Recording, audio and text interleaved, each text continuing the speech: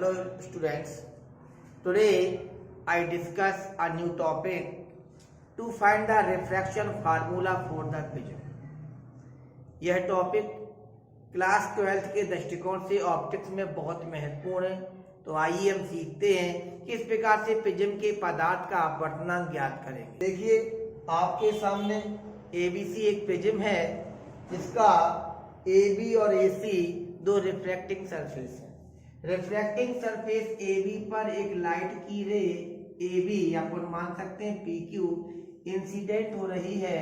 यह लाइट की रे पहले सरफेस से रिफ्रैक्टेड होगी और यह इसके बेस के पैरेलल जाएगी। इस हमने नॉर्मल का नाम दे दिया है MN और दूसरे सरफेस से आप देख सकते हैं AC से इमर्ज आउट होगी, इसका भी हमने नाम दे दिया है नॉर्मल का नाम MN। या हम एक काम करते M1N कह लेंगे और दूसरे का नाम दे देंगे M2N। या अपन ऐसा कर सकते हैं, इसका नाम दे देते हैं MO और इसका नाम दे दिया NO। लाइट की रे PQ इससे रिफ्रैक्टेड होगी और निकल कर जाएगी और जब रिफ्रैक्टिंग सरफेस AC से निकलेगी इमर्ज आउट होकर हमने मान ली इस पथ को फॉलो कर रही है, यानी PQ इंसिडेंट रे है, QR रिफ्रैक्टेड रे है और RS जो है इमर्जेंट रे है। ये एंगल कहलाएगा इंसिडेंस एंगल I1 और हम देख रहे हैं ये इसे रिफ्रैक्टेड हो रही है, इस एंगल का नाम हमने दे दिया R1। दूसरे वाले एंगल का नाम होगा R2, ये भी रिफ्रैक्शन एंगल होगा लेकिन दूसरे सरफेस के लिए ये इंसिडेंस का काम करेगा और इमर्जिंग एंगल हमने मान लिया I2। आप देख सकते हैं प्रिज्म का एंगल कितना है, कैपिटल A है, यानी ABC प्रिज्म सेक्शन है जिसके ऊपर PQ रे आ रही है। यह रे PQ AB रिफ्रैक्टिंग सरफेस से रिफ्रैक्टेड होगी और रिफ्रैक्टेड होकर QR पाथ को फॉलो करेगी। लाइट रे QR AC से रिफ्रैक्टेड होगी और RS पाथ को फॉलो करेगी। आप देख सकते हैं जो रे इंसिडेंट आ रही है, यदि इसको हम लगातार कंटिन्यू आगे बढ़ाते जाए बिना डेविएशन के और इमर्जेंट रे को पीछे बढ़ाते जाए तो आप देख सकते हैं एक एंगल क्रिएट हो रहा है, इसे हम बोलते हैं एंगल ऑफ डेविएशन। इसका नाम हमने दे दिया है कितना, डेल्टा। इसका हमने नाम दे दिया, यहाँ से L है, ये हम नाम मान लेते हैं, यहाँ पर चलो मान लेते हैं T है, तो LTS का नाम क्या होगा, डेल्टा माना जाएगा। हमें क्या करना है, प्रिज्म के लिए रिफ्रैक्शन फार्मूला निकालना है। आपने पढ़ा होगा इसका फार्मूला होता है म्यू बराबर sine A plus delta M by 2 upon sine A by 2। Condition ये होती है कि प्रिज्म जो है मिनिमम डेविएशन की कंडीशन में रखी जाए। आप लोगों ने डायग्राम देख लिया है, अब इसके आगे देखें। डायग्राम के साथ साथ दिख रहा है कि ट्रायंगल TQR यानी ये I1 है और आप देखो ये पूरा करस्पॉन्डिंग एंगल से I1 होगा, ये पूरा I1 होगा इधर से, इसलिए I1 में से भी R1 को माइनस कर लें तो ये एंगल कितना बनेगा, I1 माइनस R1। इसको हमने यहाँ लिखा TQR कितना हुआ, I1 माइनस R1। इसी प्रकार यहाँ निकाल सकते हैं इसी प्रकार से कि एंगल TRQ, यहाँ से निकाल TRQ तो कितना आएगा, ये I2 में से R2 माइनस हो जाएगा, बचा कितना I2 माइनस R2। और जो बाहर का एंगल हमने बताया था वो तो आपको पता ही है, एंगल ऑफ डेविएशन कितना है, डेल्टा है। हम लोग जानते हैं exterior angle equal to sum of two opposite interior angle in a triangle. तो देखो ट्रायंगल का नाम कितना TQR है, इसमें डेल्टा का नाम क्या है, एक्सटीरियर एंगल। तो देखो LTS का मान कितना होगा, इस TQR और TRQ के दोनों के सम के बराबर, क्योंकि एक्सटीरियर एंगल होता है sum of two opposite interior angle. TQR कितना बताया मैंने ऊपर आपको, I1 माइनस R1 वैल्यू लगा दी और TRQ कितना बताया, I2 माइनस R2 लगा दी वैल्यू।